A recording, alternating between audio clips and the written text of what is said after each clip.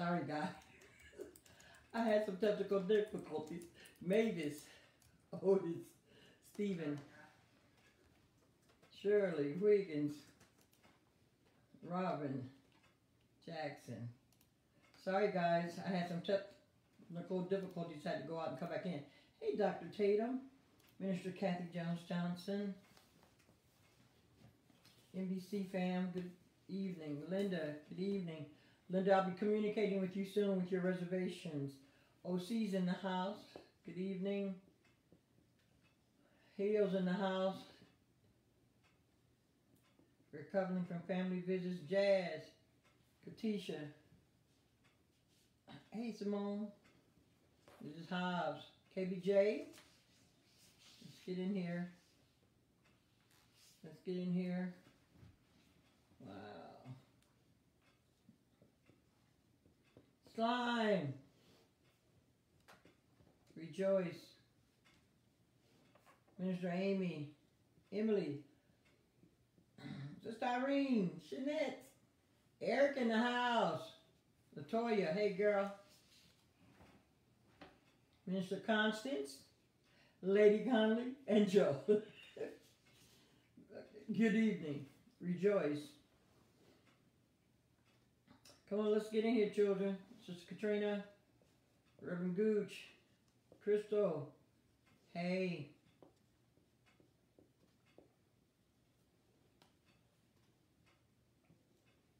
Salita. First Lady Cousins. Let's get in here. Rochelle. I love you. I miss you. Jennifer McCoy. Hey, thanks for joining us.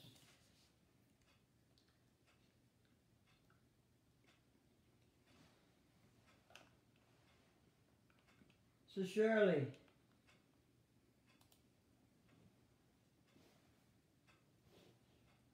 Not yet, Mavis. Holler at me. I'll holler at you after broadcast. Sister Ann. If you send it today, I didn't check, so I'll check.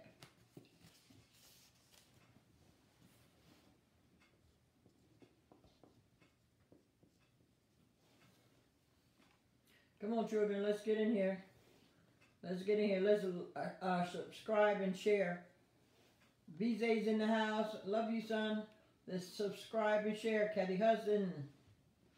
Get in here. Get in here. Pastor Payne.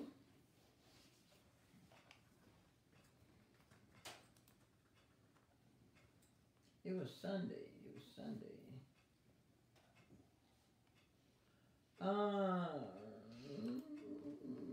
Yes. Yes, Mavis, I did. Yes. And thank you for my Mother's Day. Thank you. You scared me. Yes, I did. Thank you. Lady Edmonds.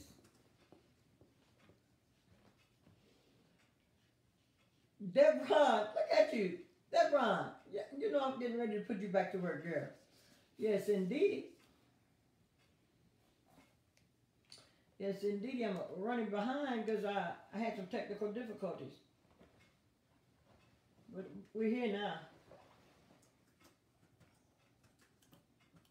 Okay. All right. Yeah, I knew they were going, Peaches. I knew they were going. I got them covered with the blood.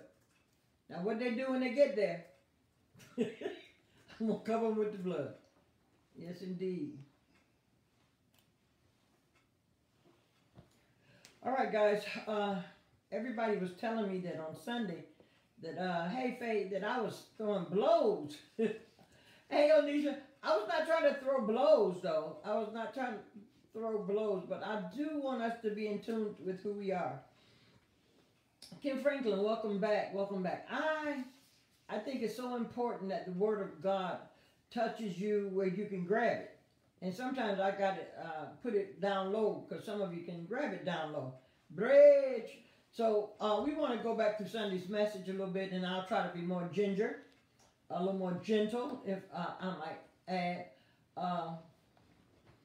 But I don't know if that's going to work for you. So we'll work it out. And if there's any bleeding that I cannot stop, We got 911. Hey, Nicole Williams, welcome.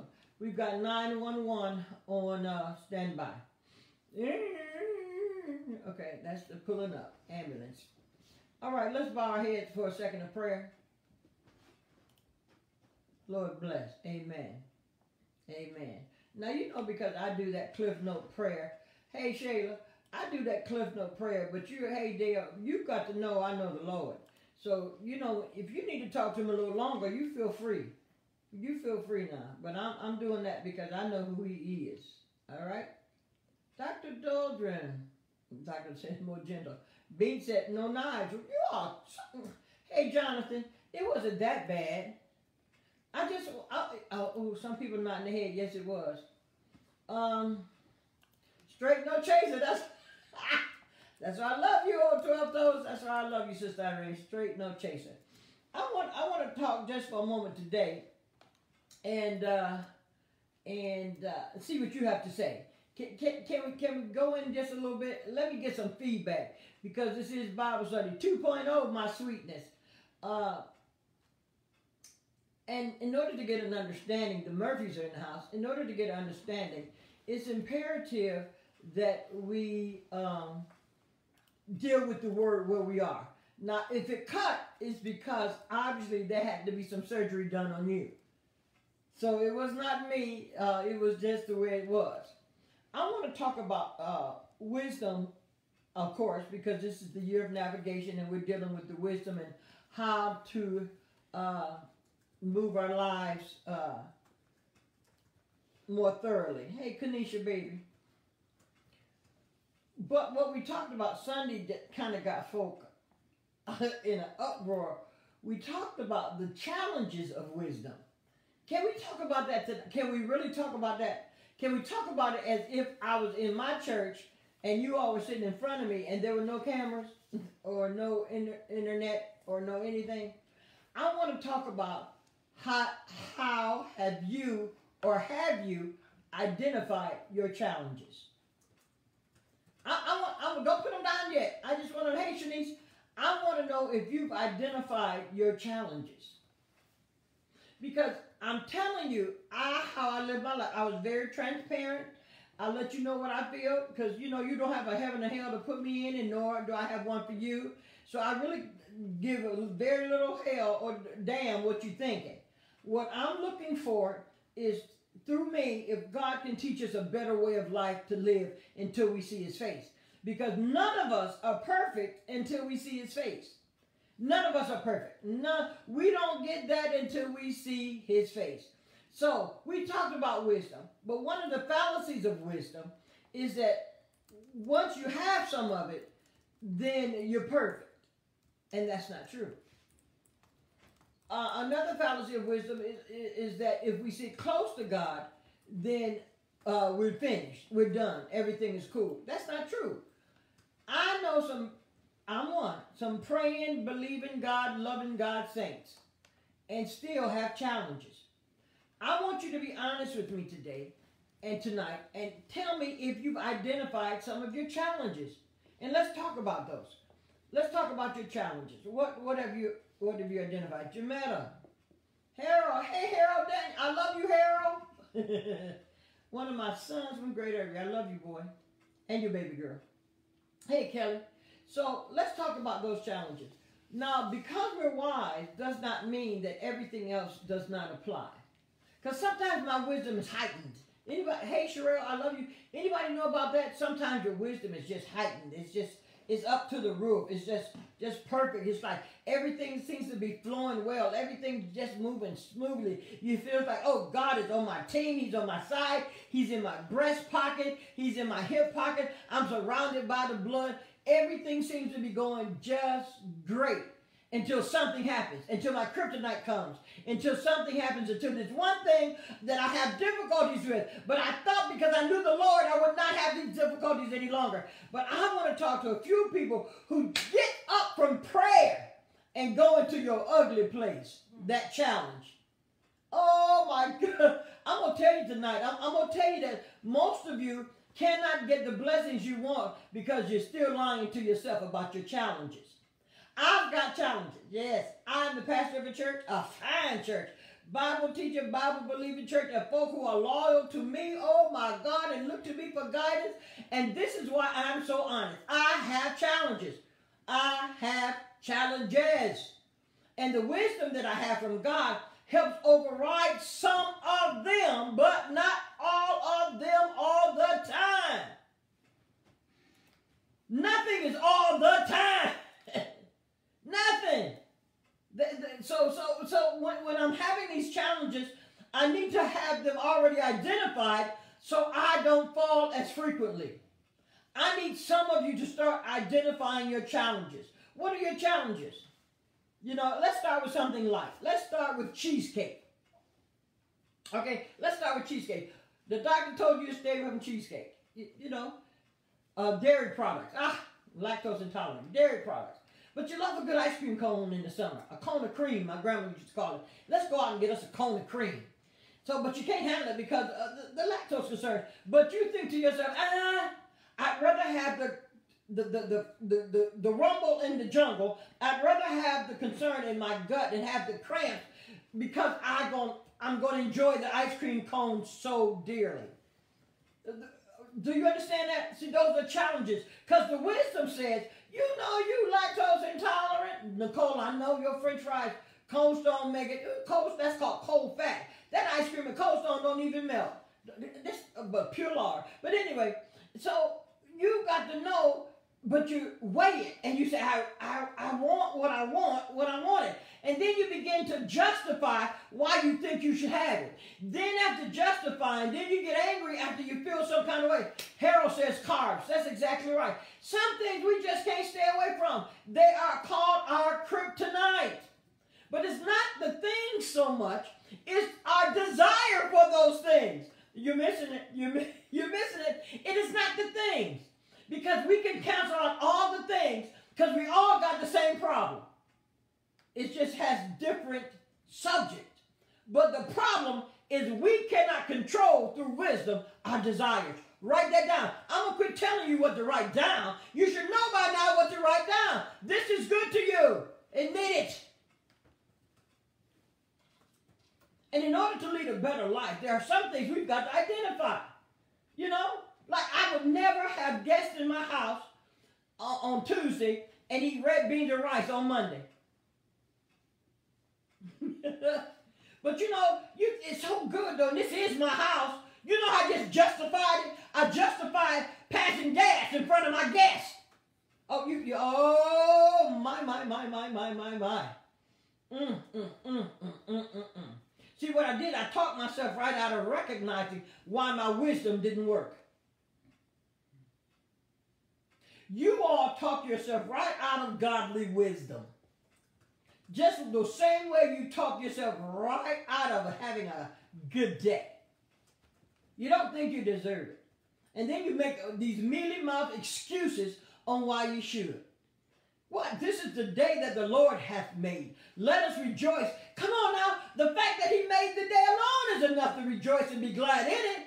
Well, no, because today I got a dentist appointment. You begin to hate the day because of a dentist appointment. You begin to hate the day that the Lord has made because of an appointment. What kind of sense does that make?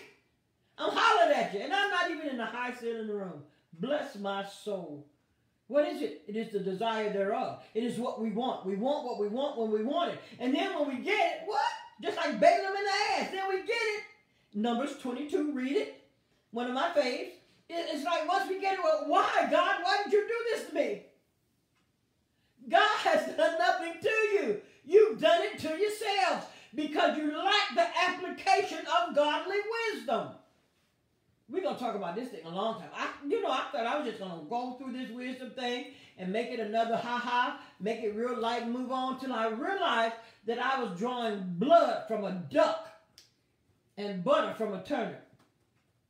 You old folk might get that later. Not you young folk. This is what I want to talk about. I want to talk about what does, once you've identified, what does that do for you? Once you've identified and you partake in it, what is the outcome? What does it do for you? We can go back to Genesis, of course, my faith, and we can talk about the destruction of Eve wanting to partake upon the fruit from the garden. So what was her outcome? What was your outcome? Once you identify what the concern is, what's your... Angela, you crazy. I said it wrong. Forget you, Angela. Once you've identified what your concern is, what do you do with that information? Some of you justify and keep repeating the same act. And you repeat the same act simply because you want what you want when you want it.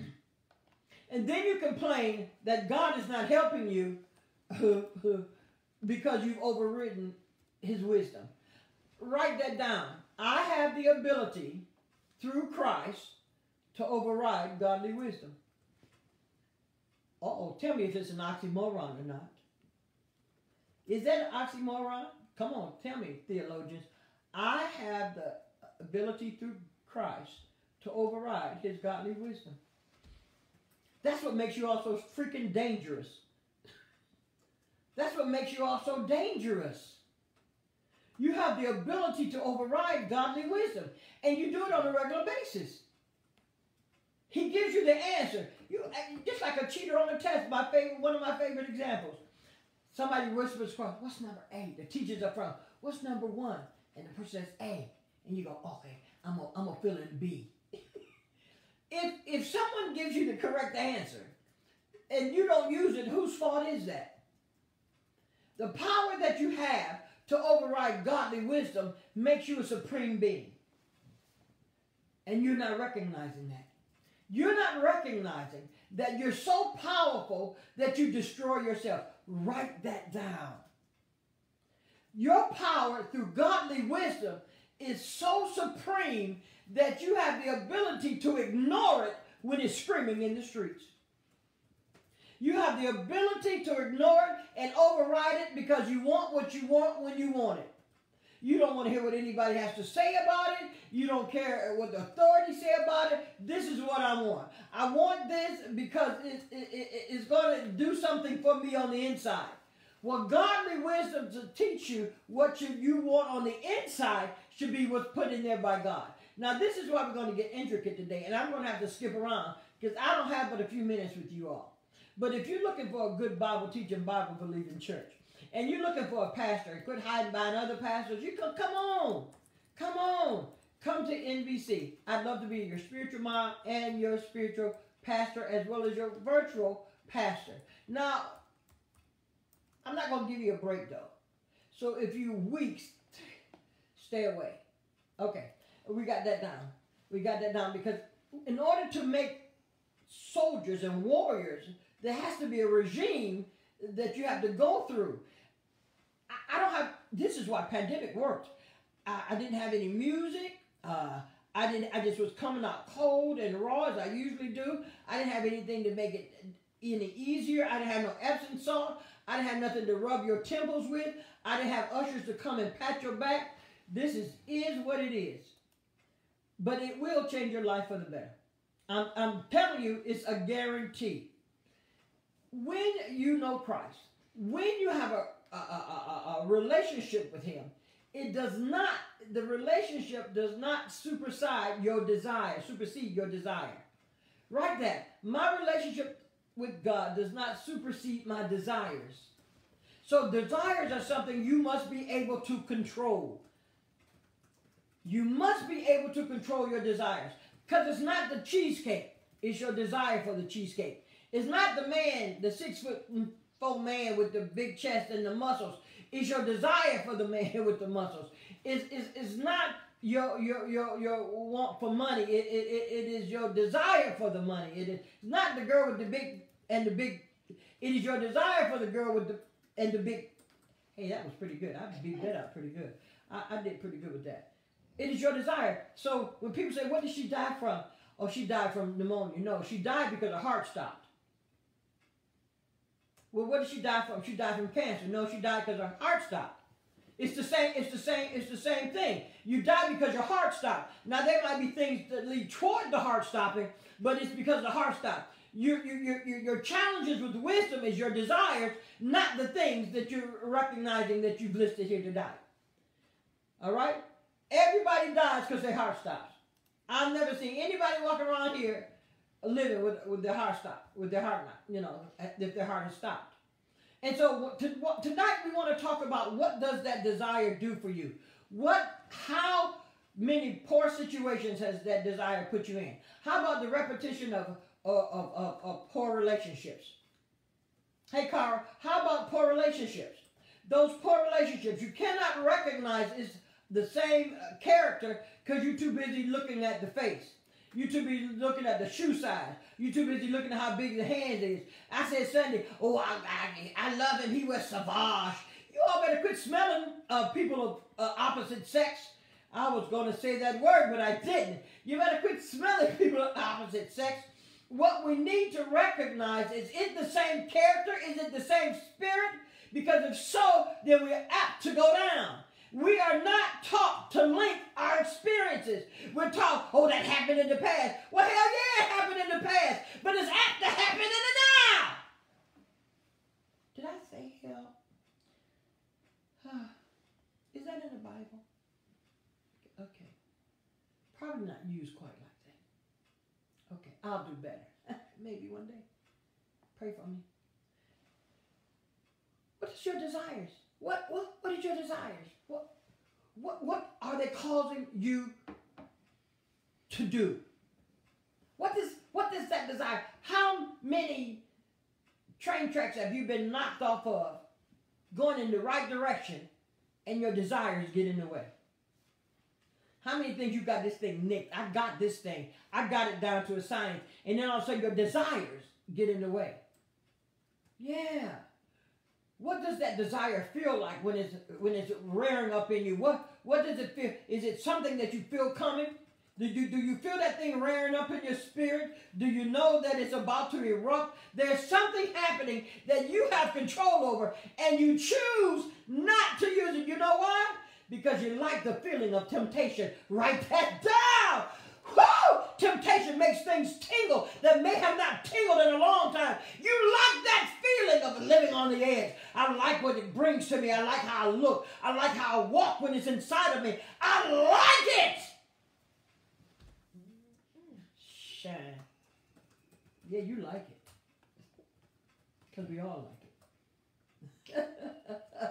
Yeah. And that's what ticks me off sometimes about pulpiteers, when they act like they don't like it. Well, that's because you don't like it, because you can't do it no more.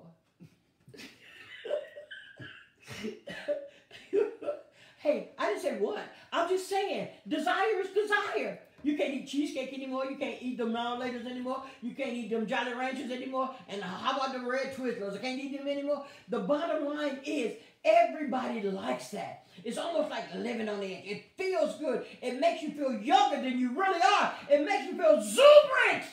Makes you have flashbacks when I used to. That's why when you go to places and old folk, y'all always want to make fun of old folks because they dance and they pop their fingers and they be moving like that. Get it, Grandma! Get it, Grandma! Grandma's remembering more than you think.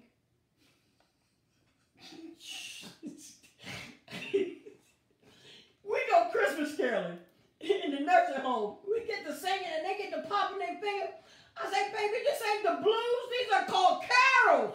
But something about the music brings things back that has a lot to do with their desires, who they used to dance with, and what used to make them pop. Desire! There's a popping going on inside of you that you cannot justify. But you know you like it. What to do with those desires? Minister Amy, talk to me. Somebody, let me know now. Let me know if I'm just giving you too much. Heal.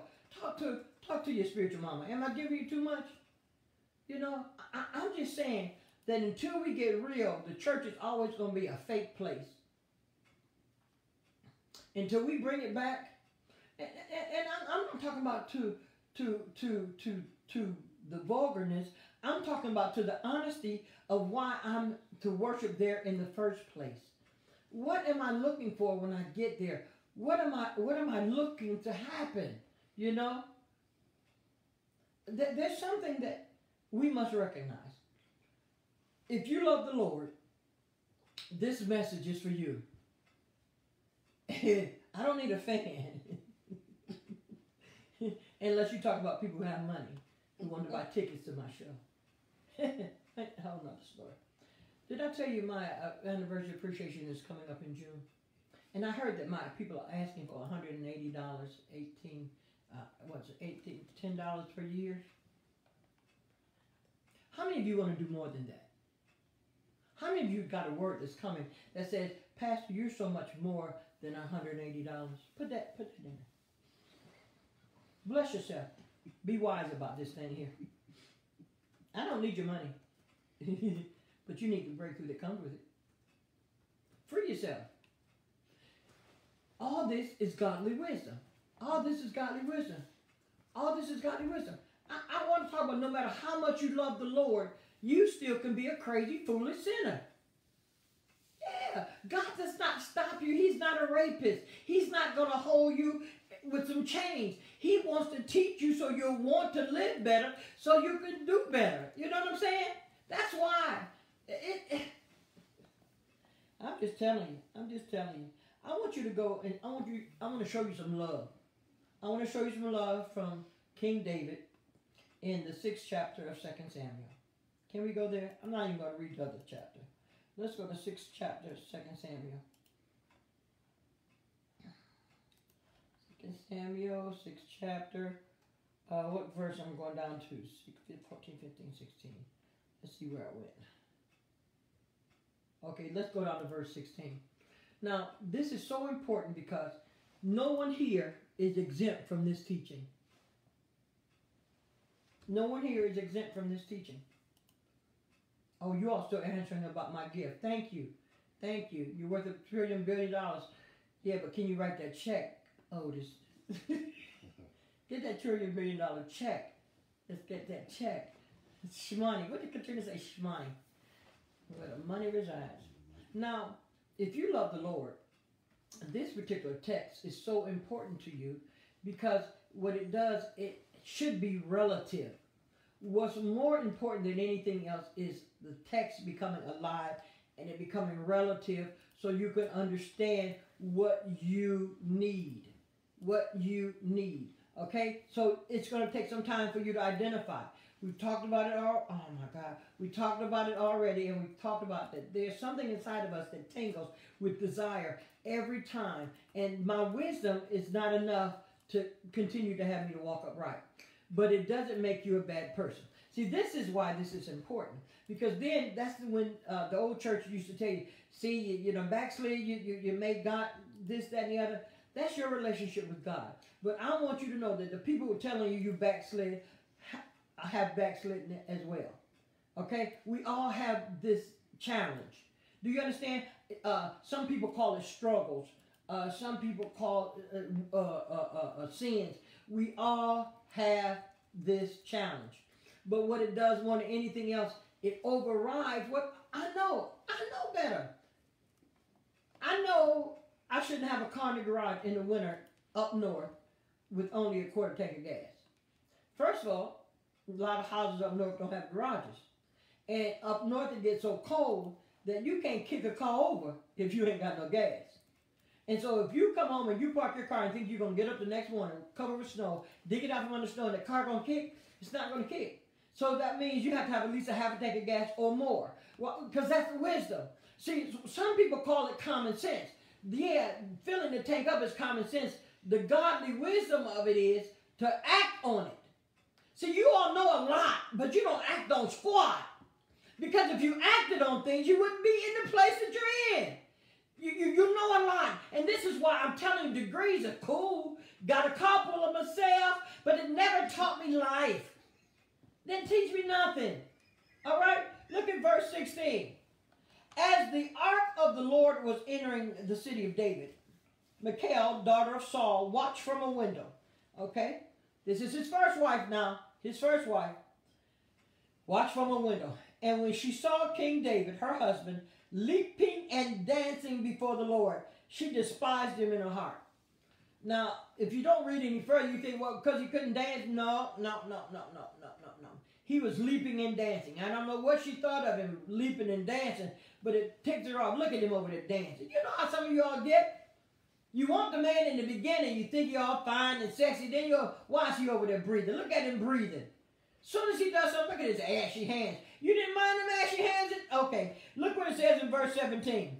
They brought the ark of the Lord and set it in its place inside the tent that David had pitched for it.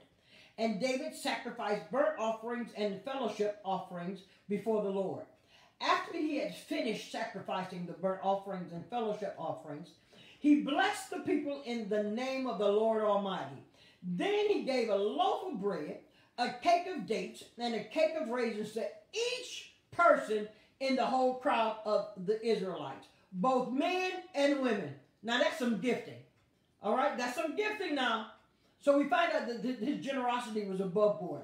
And all the people went to their homes. Groceries. Everybody got groceries. It wasn't even Thanksgiving. No turkey. Everybody got groceries. 20. When David returned home to bless his household. So it was not like Mikhail, he was not giving her. It's not like he didn't bring some of those things home. It was not like he had overlooked his household. It was not like, babe, you gave everything away. No, it was not like that.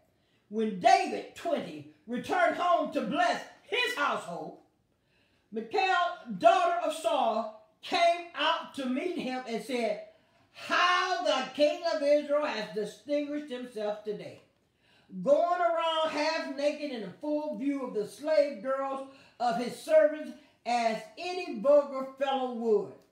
How dare y'all, they're looking all nasty, dancing in front of them slave girls. You're supposed to be somebody important. Look at you, pull your pants up. What you doing? Tuck your shirt in. What you out there doing dancing for? That's what commoners do.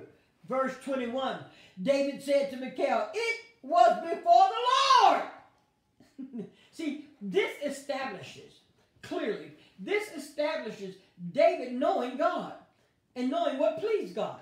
Uh-oh, uh-oh. So David knew what pleased God. So he gave God what pleased him because God had given to David. So David was in praise. He was giving God exaltation. He was lifting him up. Oh, praise be. Oh my God, he was giving it. He was giving it to him. They said, what are you talking about? Who chose me rather than your father? He said, it wasn't your daddy who gave me promotion. Uh-oh. So now we're not only knowing that David has a relationship with God, he knows the process of God. Y'all missed that right there. Because promotion comes from where? God. So it was not the promotion of King Saul, but it was the promotion of God that prompted King Saul to give him the promotion. We read that in Shadrach, Meshach, and Abednego. We read what promotion comes from. He says, who chose me? This was for the Lord who chose me rather than your father or anyone from his house when he appointed me ruler over the Lord's people of Israel. I will celebrate before the Lord. Put my foot down. That's why some of you are not head of your households, because you're afraid to put your foot in your wife's rump. I'm not talking about physically. Get it right. I'm against physical violence. But if you're the head, I'm against women who don't know how to choose a head, and I'm against men who don't know how to lead as head. See, marriage counseling is not a bunch of hoopla, because by the time you come to me, you're going to get married anyway. You're just pretty much wasting my time. You already know, at no marriage if I said, I don't think this is going to work. Everybody went straight to the altar. What am I going to do? God is not a rapist. You want to do this thing here. You already got your mind made up. Why? Because of desire. There's godly wisdom before you take those vows, but it is the desire that pushes you into a place where it's almost irreconcilable. That's a T word. Listen, look into it again. Verse 22. Now, let's go back up to 21 because I like it. David said to Mikhail, it was before the Lord who chose me rather than your father or anyone from his house when he appointed me ruler over the Lord's people of Israel. I will celebrate before the Lord. He said, well, I guess I won't. No. He said, I will. He put his foot down. I will. I will. I will. You know what? Some households, you got a time. Head of the household's got a time. Y'all got to move to bless your household. That's what I believe. You might believe differently, but that's what I believe. I believe that the blessing comes from the tithe. All right, because it comes not magic, but it's majestic. Because of his goodness. He celebrates and then he multiplies it. He said, I will celebrate before the Lord, period. I will. And how I do it, oh, y'all missed that. It was unspoken. And how I do it is up to me. Verse 22 says, I will become even more undignified than that. So if you thinking that my dance is embarrassing you, wait till I take my shirt off and swing it around. Because you know he did dance up. This is the same David that danced out his clothes. You know that, right? He said, if this is bothering you, hang around, baby girl. Well, no, he didn't say that. This is the Bible, but I got to quit going off script. I can imagine he said it like that. Engineer, stop it. He said, I can become more undignified than this, and I will be humiliated in my own eyes, but never in the eyes of God. Because God loves that. He loves praise. Now, this is what's amazing. Some of you have misunderstood what I said Sunday. Some of you thought that I said she had cut some things off. I wasn't talking about the Lorena Bobbitt. I was talking about the activity itself of sexual activity. And because, you know, that's why some of y'all don't put your foot down, because you want a little comfort at night. Because you know what, women, we wrong. That's the first thing we want to cut off, is your comfort. Yeah, I'm teaching you whether you want to hear it or not. It's not going to do you any good. And so what happens when you start using what God gave you to comfort as a tool or a weapon to guide things that's supposed to be guiding you, that means you chose the wrong head because of your desire. This is not a marriage retreat, but it sure sounds good to me. Desire. So you need to go back and quit taking and say it's ice cream or candy. No, let's talk about the real desires. I'll wait. I'm not going any further. This thing can go off before I say another word. I want to talk about your real desires. Because ice cream ain't never put you in a situation that's going to destroy your life. It can give you some temporary discomfort. But tell me your real desires. I asked you when we started, can you tell me some real skank? Because I'm giving you the uncut funk. I told you Sunday, when I came out my mama's womb fat. And I thought, wow, I didn't know people didn't like fat people. I didn't know people looked down upon fat people. I didn't know. And I thought, Lord, since I'm fat, and I didn't think this till I got older. I was like, God, I'm so glad you, because I said earlier, don't make me ugly, but I'm so glad you made me pretty. Yeah, because I know he did that. He did that thing. He did. In the same token, though, but he had a plan, even in my weight. Oh, my God. God don't make mistakes. It's up to us to see his wisdom through whatever he's created. But what we do is we cover it up and we begin to lie. One of the first lessons I taught my godson, one of the first lessons, was he was black. And not because of an Afrocentric complexion, because he was blickety black. And I need him to know what the world thought about that. Because he became more healthy and more secure in his being black. Dark complected. Some of you are still acting as if you do not know some things that should have been taught you a long time ago. You know, you can have a cute figure, but your personality sucks. You can have pretty hair and don't know how to comb it, and so you still look like a fool. See, I just need to know, can we talk? And nobody's typing. I'm sorry, I'll be quiet. What's your real challenges? What's your real desires? So, some of you, this is why I don't want you to come during the Easter Lenten season and say things like, I'm giving up Coke for Lent. I'm giving up Coca-Cola. My daddy died on the cross, and you giving up Coca-Cola? Let's be serious. That's right, Stephen, I'm black, y'all. That's it. I love my rat. I love a slime. Tell me, what are your challenges? Okay, too many paper towels. What are your challenges?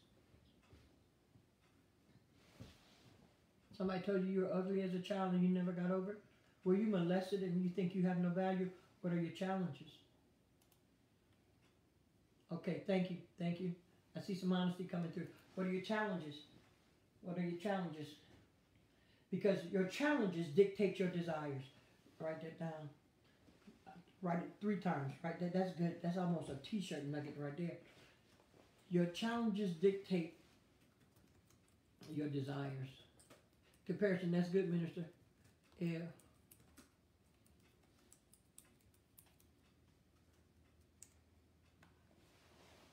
Yeah. Yeah, that's what it does. And so while you're around here playing and trying to cover your real challenges up, we're not getting to the root of the problem. That's good, Cara. I like that. I like that, Cara. I'm telling you, because the same solution, it's the same solution is for everybody. It doesn't matter the specificity of the desire. It's what it does to you as a person. It's how it brings you down. It's how it develops in you. And so if you keep lying and telling me something about dairy products, we can't get nowhere. Let's get some work. Let's get in and get some work done. We got some challenges out here. And every time we get the challenge and we think we're going good, we loving the Lord, we in praise and worship, we come out of there, and bam! Your challenge hits you in the face. Boom. Boom. Oh no, that's TikTok. But you know what I'm saying. It hits you right in the face because you're not operating under the truth. And you're trying to use godly wisdom and his love to cover up what you don't want to deal with. But I'm not going to do it. I'm not going to do it. And this is what's happening. Now let's go to 2 Samuel 11. Because some of you are really opening up. And that's why you're going to become more healthy. 2 Samuel 11. Starting with verse 22. 2 Samuel 11. Oh my God. When you have it, say amen. Now look at verse 2. You don't put your, you just listed, oh. Oh, mine. I don't have it. Okay. That's okay. We having technical difficulties up here, but God is still good. Are you ready? Can I do a little reading? I don't have but 15 minutes. If I get stuck, y'all finish reading, okay? Because you know how I am about your learning. Now, David didn't just love the Lord. David was the father of King Solomon. King Solomon, of course, was the wisest and wealthiest man ever lived. All right? Now, I want you to type in your little boxes one thing you know about David. One thing we've learned about David. Everybody type something. Because you got to know David in order to appreciate his struggle. Because some of you are out there passing judgment. And that's not good. That's not what we're supposed to be doing. NBC is a selfish church. Well, you work on you. I don't have time to look at anybody else. You work on you at NBC. Tell me something you know about David.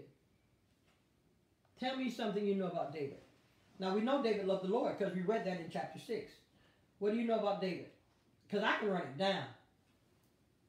What have you learned about David? Just one thing. Type it quickly. I'm on a slight delay. Come on. Type it quickly.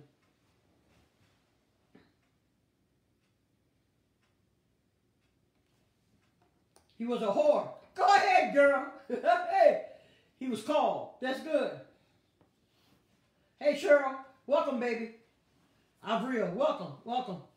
He was a worshiper. Good, Dr. Tatum. What else? Come on, talk to me.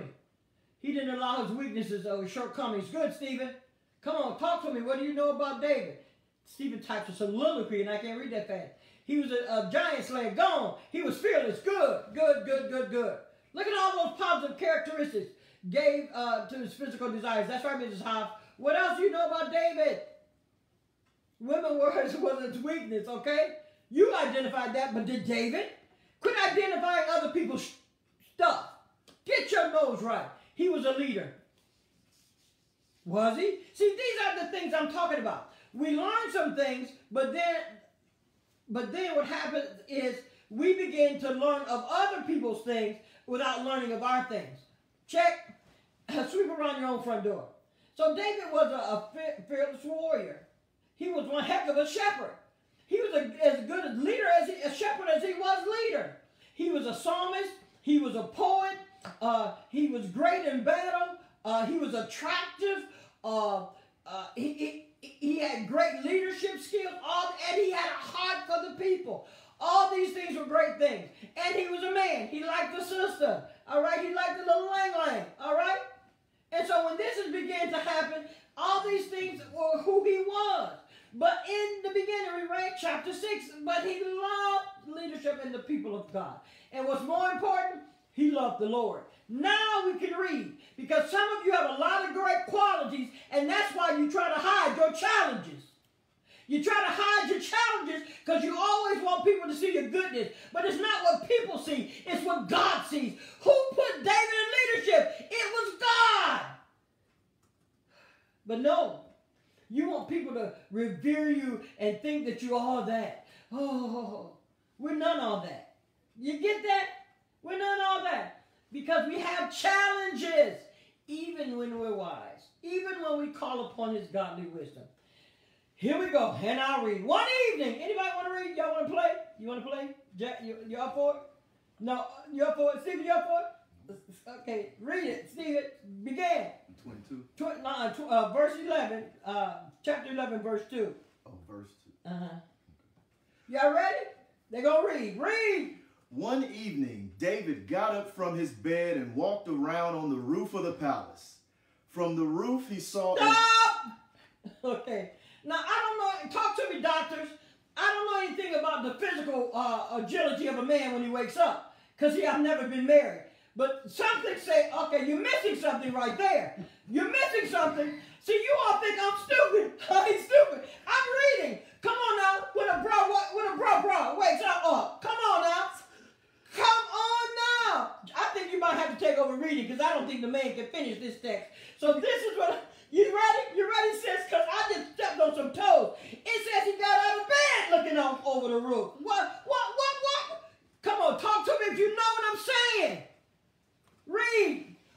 One evening, David got up from his bed and walked around on the roof of the palace. Woo! A breeze. From the roof, he saw a woman. I bet he did. Bathing. Stop right there. Well. Okay, read. And David sent someone to find out about her. Yeah, but you forgot the part that he said that the woman was very beautiful. Mm-hmm. And David sent, read on. And David sent someone to find out about her. Right. So what happened? Once again, the proximity of his desire from afar, but it wasn't good enough. I've heard that story in Genesis before. So she became close proximity to what was desirable by sight. Know what your challenges are. Come on, somebody looked a little too long and turned into a pillar of salt. It's in the Bible. I'm just saying, read on. The man said, she is Bathsheba, the daughter of Eliam, and the wife of Uriah the Hittite. Read on, Stephen. Then David sent messengers to get her. She came to him, and he slept with her. Whoa! Now she was purifying herself from her monthly uncleanness. Then she went back home. The woman conceived and sent word to David saying, I am pregnant. Stop! All because of desires. We get into things. You all missed that pond right there. We get into things. All because of desires. We become entangled in our lives because of what we want. So somewhere along the line, we don't have much time left this evening, but you've got to figure out how to detangle yourself prior to make an attempt to get what you want. See, there's a process. And although we're having a good time, because we have a good time at New Birth Community, because the Bible comes alive, the truth is, it's your responsibility to identify what your kryptonite is. What brings you down? What is that thing? Read, son. I am pregnant. Verse 6. So David sent this word to Joab. Send me Uriah the Hittite. And Joab sent him to David. When Uriah came to him, David asked him how Joab was, how the soldiers were, and how the war was going. Then David said to Uriah, "Go down to your house and wash your feet." Stop. So now we done got his desires, got him so tangled up. And this is one of the things that I want you to understand about this text. It is better than a soap opera. So now you sleep with his wife, and now you want to confront him. You want to see your conquest husband. So now we've got to deal with the challenges that is revealing itself, the subdivision of his desire. So now his anxieties are rising. Okay, do you understand that? Once your desires get a hold of you, then your anxiety begins to heighten. And then once your anxieties begin to heighten, they affect your health. But we're going to deal with this right now. So now David's like, oh my God, she's pregnant. She's pregnant. Now David is the king. David is the king. But for some reason, you all missed this, David cares what he looks like to the people. I'm done. He's still caring what he looks like to the people. Because as king, he could have just taken her as another concubine. Because all the women to the king was his. But he cared so much that his anxieties would not allow him to rest. So he says, bring me Uriah. He said, Uriah, you've been out on battle for a while, bro. Go home. Well, how do you say? Why do you say that? Because he told him to wash his feet. Because of the dirt from the battle. Clean yourself, and so you could be with your wife. Okay, this is the term of that time. Read on, son. So Uriah left the palace, and a gift from the king was sent after him. But Uriah slept at the entrance to the palace with all his master's servants and did not go down to his house. So now we find out that the honesty and the integrity of Uriah as a soldier would not allow him to enjoy himself while his other soldiers and those up under him could not go home to their wives. So he thought, how can I enjoy myself when the rest of my soldiers are not enjoying themselves? So he refused to go home. He refused to go home. So now we're dealing with something. Oh my God. We're dealing with something now that heightens David's anxieties even more. Oh my God, I slept with Uriah's wife, Bathsheba, and he's a good man. Anxiety. So now it begins heighten. So now the desire has turned into anxiety, and the anxiety begins to heighten, and now the actions begin to get out of control. What are you saying, Pat? I'm saying your desires will take you right off the cliff.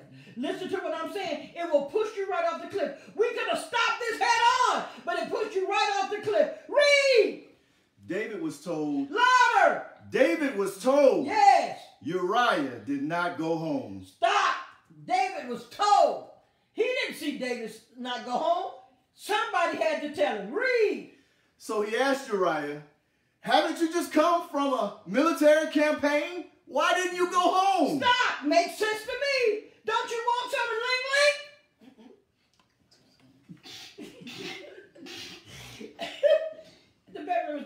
The man's bed is not defiled. Cut it out, guys. And it says here, why didn't you go home? So now he's pregnant. Why didn't you go home? Because he's got to make sure that man is with his wife so it can look like it's his baby. See, you all want to watch Search for Tomorrow and General Hospital. The Word of God is so much better, especially if you go to a Bible teaching, Bible believing church. Read on. Uriah said to David. What? Uriah said to David. The ark and Israel and Judah are staying in tents, and my commander Joab and my lord's men are camped in the open country. How could I go to my house to eat and drink and make love to my wife? As surely as you live, I will not do such a thing. Uh-oh. This is such an honorable man. He's denying and defying the king. I can't enjoy myself and everybody else is still in battle. How good leader doing these things. Now David is looking at him like, you son of a gun, you. So now David is looking as if you're Uriah's problem, but it was his penis that got him in this situation. You all find a way to blame others when you don't deal with the reality of your own desires. I'm not going to be held accountable as pastor for what you do. Don't look at my people and then compare my ministry to what they do. Every tub's got to stand on its own bottom. The bottom line is the word is uncut thought, and you understand it just like godly wisdom. You just choose not to do it. Read! Then David said to him, stay here one more day, and tomorrow I will send you back. Look at the night down there begging. Please, just one more. One more. Okay, just one more day. Just one more day. Read. So Uriah remained in Jerusalem that day and the next. At David's invitation, he ate and drank with him, and David made him drunk. Stop. David was not done yet. Okay. Stay with me. Stay with me for a couple days. Get you something to eat. We'll have a little party. Get your little drink, you know, hookah. You have a good time. Got him drunk. He did get him drunk. He got him drunk. So there are some things that do override, and there are some things that don't override godly wisdom. Even when Uriah was drunk, he was a more honorable man at this point. David didn't know what to do with this. David has no idea what to do with this. Read.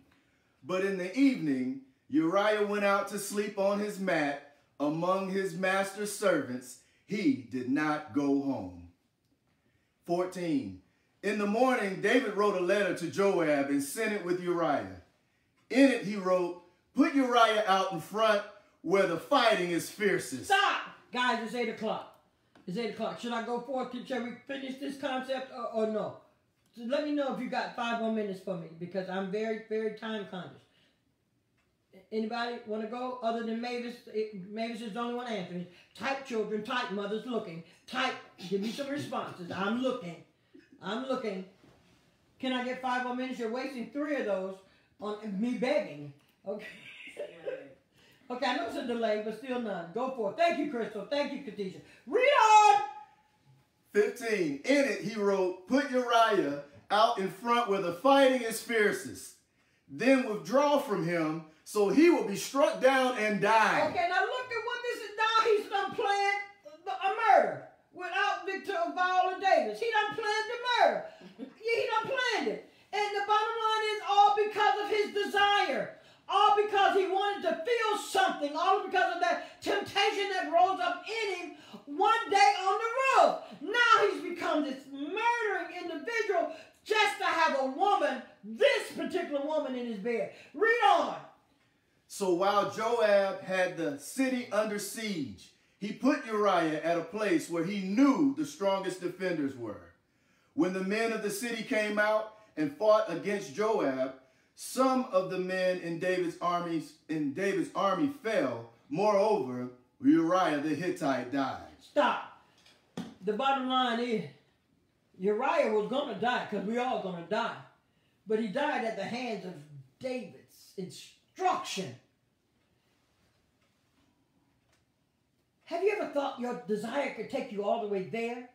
See, you play around with it. You play around with temptation. You play around with fire. And you think because you're not consumed by it that you're not being burned. Some of you are being burned. You think, but yet still I can do it. I can take my time with it. I told you Sunday, I just needed to talk to a few folk, just a few folk who dodged the bullet.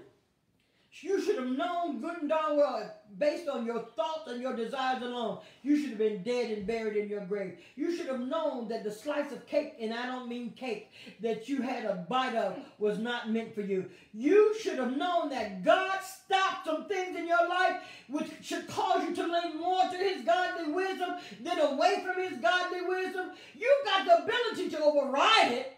But my concern is, look where it took David. I want to know tonight, you start figuring out where will it take you?